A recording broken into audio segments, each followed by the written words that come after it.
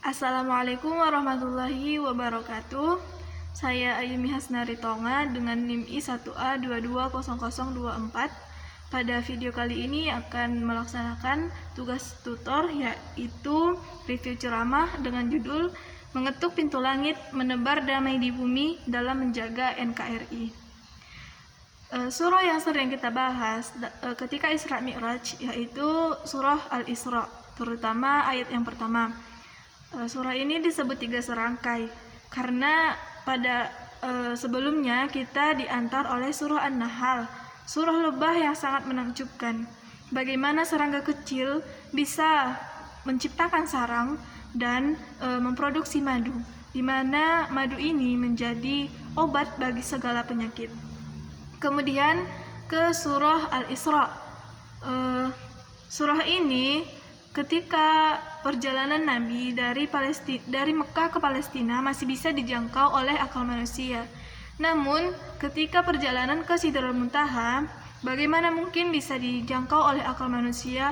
Perjalanan yang memerlukan ratusan tahun cahaya ditempuh dalam waktu 1 malam. Maka hal tersebut dapat kita jangkau melalui keyakinan. Selanjutnya surah Al-Kahfi. Hampir seluruh isi dari surah Al-Kahfi tidak bisa dijangkau oleh akal manusia.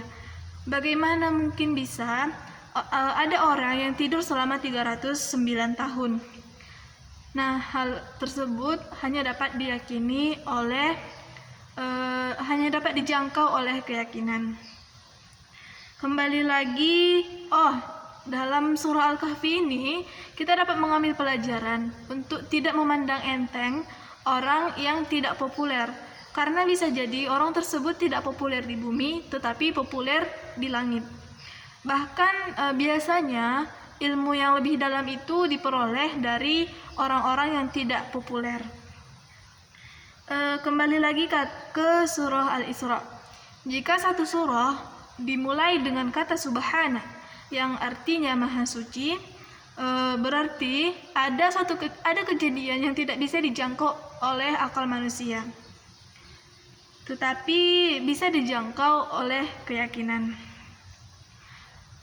Jika kita ingin dekat dengan Tuhan, tidak mungkinlah bisa kita dekat dengan Tuhan jika kita berjarak dengan Tuhan. Maka cara untuk menempel dengan Tuhan yaitu dengan sujud. Orang yang orang yang menepuk dadanya, mendongakkan kepalanya, tidak akan mungkin bisa dekat dengan Sang Pencipta.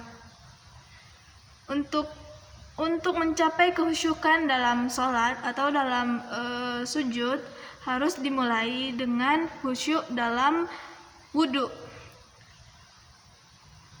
Karena salah satu kekuatan dari air wudhu itu mampu membersihkan dan menjernihkan pikiran kita sehingga kita bisa untuk khusyuk. Mungkin cukup sekian.